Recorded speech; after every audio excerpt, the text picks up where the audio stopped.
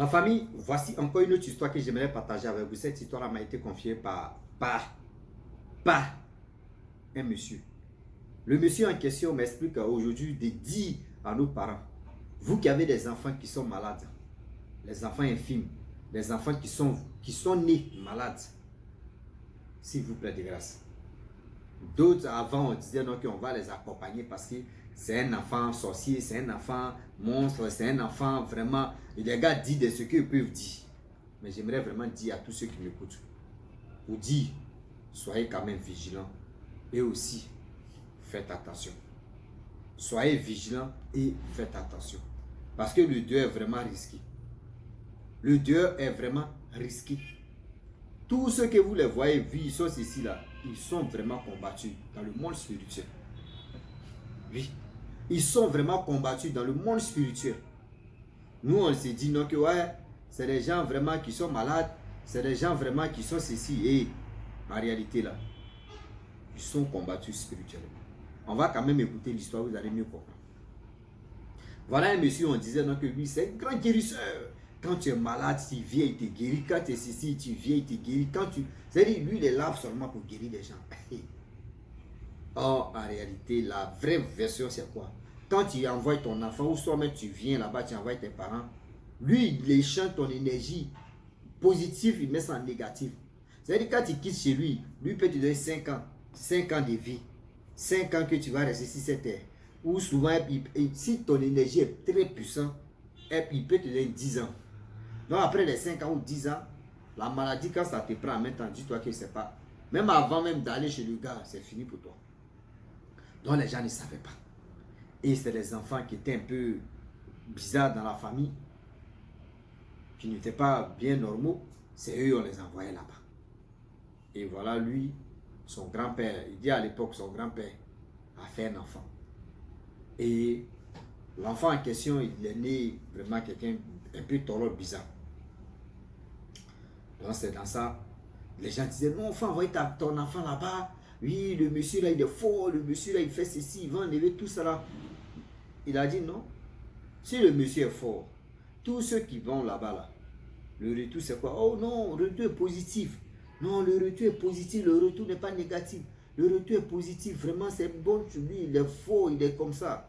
Ok. Ok, vous avez parlé, j'ai compris. Voilà le vieux. Oh, c'est un vieux chasseur. Lui-même, il est rentré en brousse. Il s'est posé des questions. Est-ce que le monsieur, vraiment, lui qui dit les guérisseurs, là, comment il est? Oh, les génies qui lui travaillent avec ça, les génies lui ont dit non que oui. Le monsieur en question travaille avec l'esprit des morts. Donc, si tu viens vers lui, il sait très bien, c'est-à-dire il évoque l'esprit des morts. Toi, c'est-à-dire c'est lui ceux qui voient, toi, tu ne le vois pas. Et c'est dans ça. Tout ce que tu as fait, tu as mangé hier ou dans les années, tout ce qui t'est arrivé comme malheur, lui il regarde et puis il voit. Et il te dit, voilà ça, voilà ça, voilà ça. C'est-à-dire, l'esprit lui explique. Et puis lui aussi il explique. Donc c'est dans ça, tout le monde parle. Non, il est faux. Donc le vieillard en question, son grand-père, il est venu au village. Sa femme en question, non, il faut envoyer l'enfant là-bas. Si tu ne veux pas envoyer l'enfant là, ah, moi il ne peut pas vraiment. Moi, je ne peux pas entretenir l'enfant. Hein. L'enfant est là, vraiment, moi, je ne peux pas. Il dit, c'est dans ça. Un peu. Il dit, c'était bizarre. C'était vraiment briseur. Le grand-père n'a rien dit. Il dit, bon, d'accord, tu veux envoyer mon enfant, il n'y a pas de souci. Moi, mais il y a des gens visite au guérisseur. Lui, mais il est allé là-bas. Il dit, moi, mais j'ai dit, voilà ça, voilà ça, voilà ça. Il a dit, ah, vraiment, tes génies ont raison. Mais c'est ça là, lui, il fait. Lui n'a pas de champ ici. C'est ça là, lui, il fait pour gagner sa vie. Il dit, mais tu peux appeler d'autres esprits. Tu appelles esprit de mort. Tu sais qu'esprit de mort, quand il finit de faire tout ça là, il finit de révéler tous ces trucs là sur la personne. Toi, tu fais un échange avec la vie de la personne. Et puis toi, tu prends l'énergie de la personne. Il dit oui. Il dit, mais pourquoi tu fais ça? Et voilà comment. Dans le village, le chasseur en question décide de dire au chef du village que ah, voilà moi ce qu'il a vu comme révélation. Moi vraiment, mes protecteurs, mes ancêtres m'ont parlé. Voilà ça, voilà ça, voilà le monsieur. Ce qu'il fait. Au début, il voulait nier, il a dit non.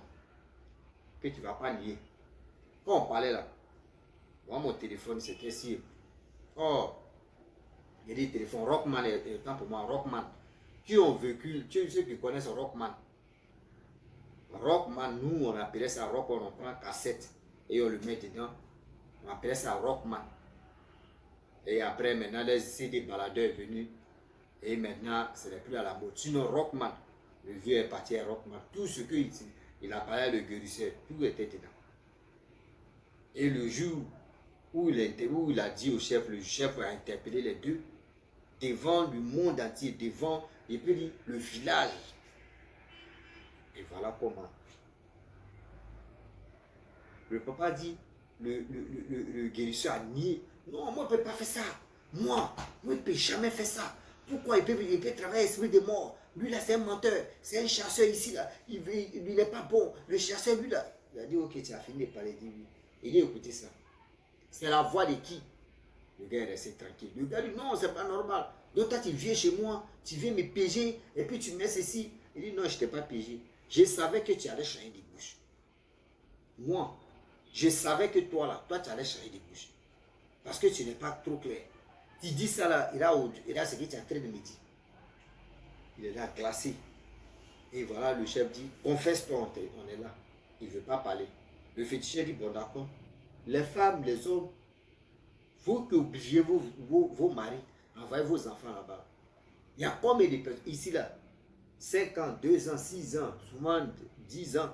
Les gens meurent pour rien. Et puis on dit non, la maladie là, la personne a souffert. Au moins 5 ans, 6 ans, 7 ans. Et puis là, non. C'est lui qui fait ça. Lui, il travaille avec l'esprit des morts. Quand lui finit de travailler avec l'esprit des morts, leur business c'est quoi? L'esprit apprend l'âme de la personne pour 5 ans ou pour 10 ans. Et puis lui, il prend l'énergie maintenant. Et ça, ils m'ont dit. Et voilà comment tout le monde était étonné. Et il a confirmé, il dit oui, ce qu'il a dit là, c'est vrai. On dit, mais pourquoi tu fais ça? Pourquoi toi tu fais ça? On dit le monsieur, le guérisseur, ils l'ont enterré vivant. Ils l'ont enterré vivant. Parce que le chef a dit non. Il a trop fait des massacres. Il a trop fait des massacres. Quand on dit vrai massacre, là, il a fait ça. Donc là, non, trop c'est trop. Là, trop c'est trop. Là, c'est gaisin, c'est trop.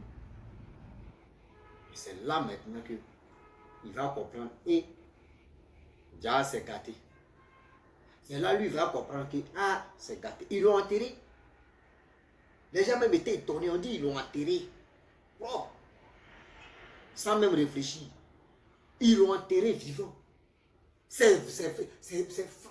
Il y a deux femmes, ces femmes, ces enfants ont commencé à pleurer. On dit non.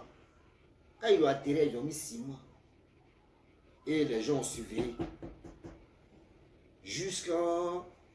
Ils l'ont enterré de 10 heures. De 10 heures, les gens sont restés là, ça à 18 heures.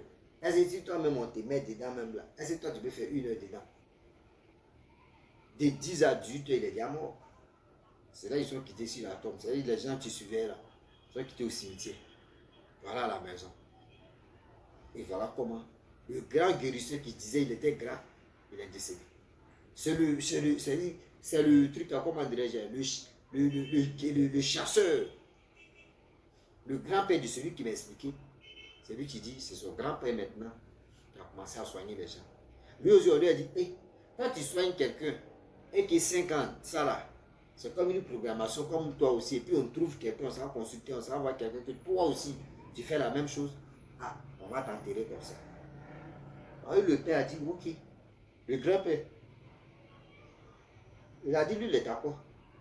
Et voilà comment il a commencé à soigner les gens. Les gens guérissaient.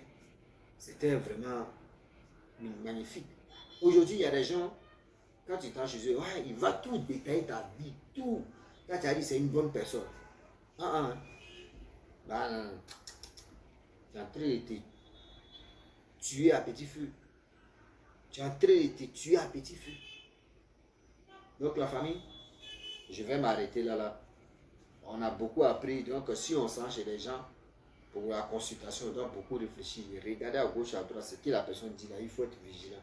Sinon, c'est pas bon. Donc, je m'arrête là. Abonnez-vous, likez, commentez. À très bientôt. Ciao.